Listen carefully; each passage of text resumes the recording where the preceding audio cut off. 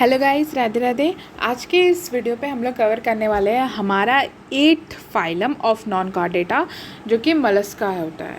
हमारा पहला फाइलम है porifera, coelenterata, ctenophora, platyhelminthes, aschelminthes, annelida, arthropoda and the 8th one is mollusca. इस division में इसका कॉमन नेम का अगर हम लोग बात करेंगे तो इसको हम लोग किस भाग में रखते हैं, that is shelled organisms. Shelled organisms का मतलब क्या होता है, इनका बॉडी तो होता है लाइक दिस, इनका बॉडी है, ये अंदर, ये एक बाहर की तरफ एक शेल दिख रहा है, ठीक है। ये इनको प्रोटेक्ट करने में हेल्प करता है और इन्हीं शेल के कारण, यही शेल प्रेजेंस होने के कारण इनका अलग फाइलम है, डिवीजन है, जिसको हम लोग मलस्का कहते हैं। So let's start the important point regarding this phylum. पहला फाइलम का ये इम्पॉर्टेंट पॉइंट है कि ये सेकेंड लार्जेस्ट फाइलम है। मतलब हमारा जो पहला लार्जेस्ट फाइलम है वो आर्थ्रोपोडा है, जो कि कितना ऑर्गेनिजम्स कंसिस्ट करता है, 2/3 ऑर्गेनिजम्स कंसिस्टेड होते हैं। लेकिन ये क्या होता है, बेसिकली मलस्का जो होता है वो क्या होता है कि सेकेंड लार्जेस्ट, मतलब उसके नीचे, उससे भी ज़्यादा आबादी वाला नहीं, उससे कम आबादी वाला रहता है। नेक्स्ट क्या होता है कि इनमें जो ऑर्गेन सिस्टम लेवल, ठीक है, ऑर्गेन लेवल, मैं पहले के वीडियो में ऑर्गेन लेवल लिख देती थी, ऑर्गेन सिस्टम लेवल बेसिकली इनका बेसिस ऑफ क्लासिफिकेशन होता है। और इनमें type of organ system level का मतलब ये होता है कि इसमें बहुत तरीके के ऑर्गेन जो रहते हैं, जैसे कि एक ऑर्गेन जो रहता है वो दूसरे के साथ रिलेशन में पूरे एक ऑर्गेनिजम्स को गो थ्रू करता है बहुत अच्छे तरीके से, ठीक है। इस डिवीजन में सेगमेंटेशन प्रेजेंट नहीं होता है, there is no segmentation present in this organisms and they are triploblastic. Triploblastic का मतलब ये होता है कि वो कितने जर्म लेयर कंसिस्ट करेंगे ma'am, 3 germ layer, 3 germ layer जो कि होते हैं। पहला एक्टो जो कि बाहरी वाला होता है, उसके अंदर मेसोडर्म एंड उसके भी अंदर जो सबसे इनर पार्ट में होता है वो क्या होता है, एंडोडर्म होता है। Ecto, meso and endoderm. तो ये 3 जर्म लेयर जो रहते हैं ये कंसिस्ट करते हैं, इसलिए इनको क्या कहा जाता है, ट्रिप्लोब्लास्टिक ऑर्गेनिजम्स। ये बेसिकली कोलमेट होते हैं। कोलमेट का मतलब ये क्या होता है कि इनके जो जर्म लेयर के विदिन में क्या प्रेजेंट होता है, कैविटी प्रेजेंट होता है, जिसके कारण जो रहता है कि इसको हम लोग क्या कह सकते हैं, यू कोलमेट भी कह सकते हैं या फिर ट्रू कोलमेट भी कह सकते हैं। नेक्स्ट इंपॉर्टेंट पॉइंट इज इनका बेसिकली सिमेट्री जो होता है वो क्या होता है कि बायलेटरल होता है। अगर हम ये शेल्ड ऑर्गेनिजम्स कुछ इस तरीके से, ठीक है, अगर हम इन शेल्ड ऑर्गेनिजम्स को डिवाइड करते हैं तो वो एक ही प्लेन में डिवाइड करेंगे, जिसके कारण इनका लेफ्ट पार्ट और राइट पार्ट दोनों एक दूसरे से आइडेंटिकल एंड इक्वल रहते हैं, जिसके कारण इसमें जो सिमेट्री प्रेजेंट होता है वो बायलेटरल सिमेट्री प्रेजेंट होता है। इनमें जो इनका एलिमेंट्री कनाल और जो बॉडी प्लान होता है वो बेसिकली क्या होता है, ट्यूब विद इन ट्यूब होता है। अब ट्यूब विद इन ट्यूब है मैम, तो इसमें हमको तो बहुत अच्छे तरीके से पता है इस फाइलम में आने तक कि इसमें कितने ओपनिंग होते होंगे, 2 openings are present.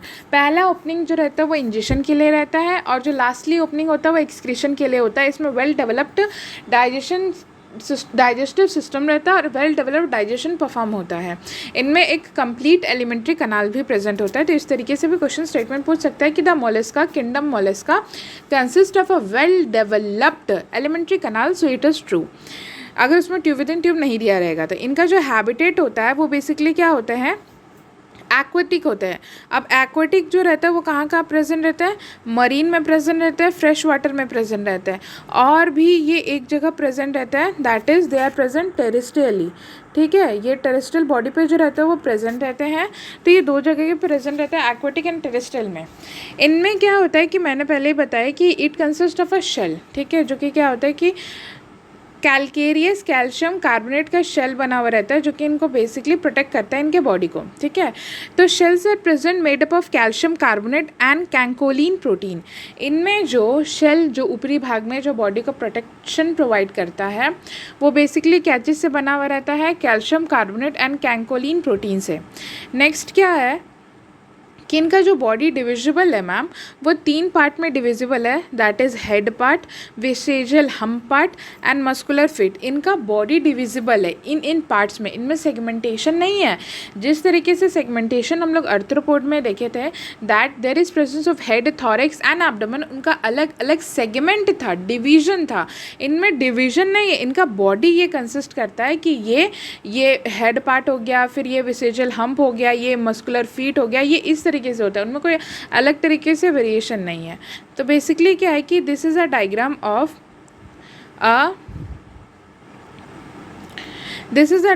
Of a snail. ठीक है, तो ये जो रहता है कि एक एग्जाम्पल के तौर पे, ताकि इसके हर एक पार्ट्स का आपको पता लगे। तो यहाँ पे क्या होता है कि ये जो पार्ट होता है, जो सबसे अपर पार्ट होता है, ये हेड होता है। ठीक है, और ये जो है, जो यहाँ पे इंटैक्ट दिख रहा है माउथ के बीच में, ये हेड पार्ट है। उसके बाद ये जो रहता है कि ये वाला यहाँ से माउथ शुरू हो गया। ठीक है, तो ये जो माउथ वाला पार्ट है वो बेसिकली क्या कंसिस्ट करेगा, यहाँ पे तो टीथ होंगे ना, तो इस टीथ को हम लोग क्या बोलते हैं, रैड्यूला। ठीक है, जो कि रास्पिंग ऑर्गन होता है।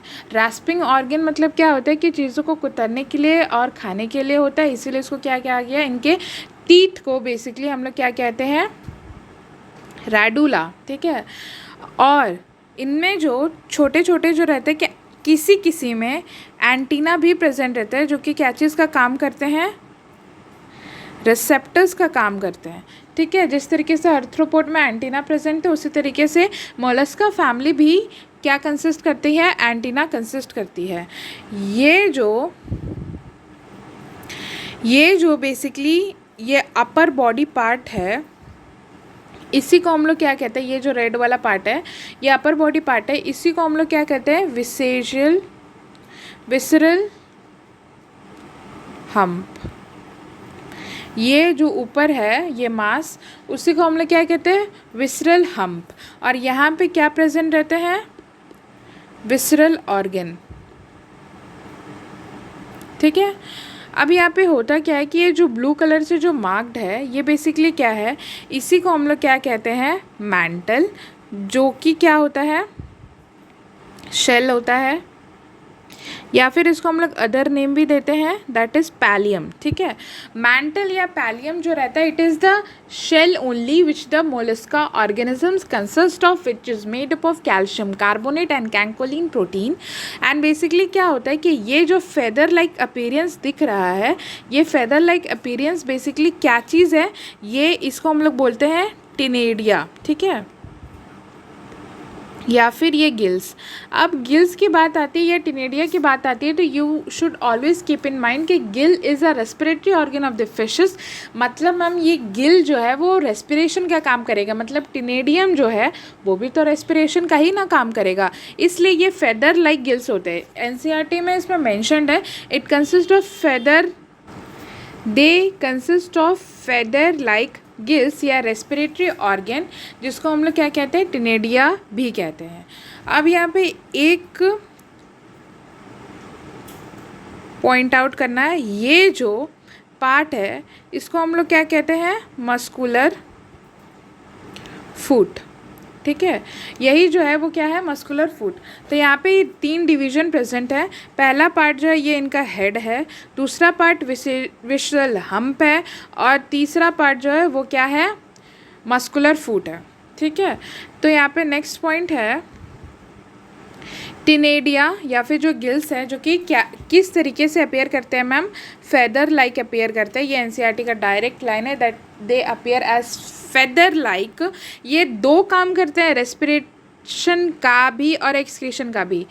रेस्पिरेशन का और एक्सक्रीशन का हम लोगों ने इसमें पढ़ा है, बहुत लोगों को कन्फ्यूज़न भी होगी, ये तो ट्यूब विद इन ट्यूब है ना, मतलब इसमें 2 ओपनिंग है, मतलब जो माउथ वाला पार्ट है वहाँ से उसको सांस लेना चाहिए, और जो एनस वाला पार्ट है वो एक्सक्रीशन करना चाहिए। ज़रूरी नहीं है, क्योंकि ये उतने डेवलप्ड ऑर्गेनिजम्स नहीं होते बेसिकली। तो इनमें क्या होता है कि ये रेस्पिरेशन के लिए है, मतलब सिर्फ सांस लेने के लिए है, ना कि ये जो है कि खाने के लिए। इनका माउथ पार्ट अलग होता है और एनस पार्ट अलग रहता है, इसीलिए ये क्या होता है कि tube with in tube body plan consist करते हैं।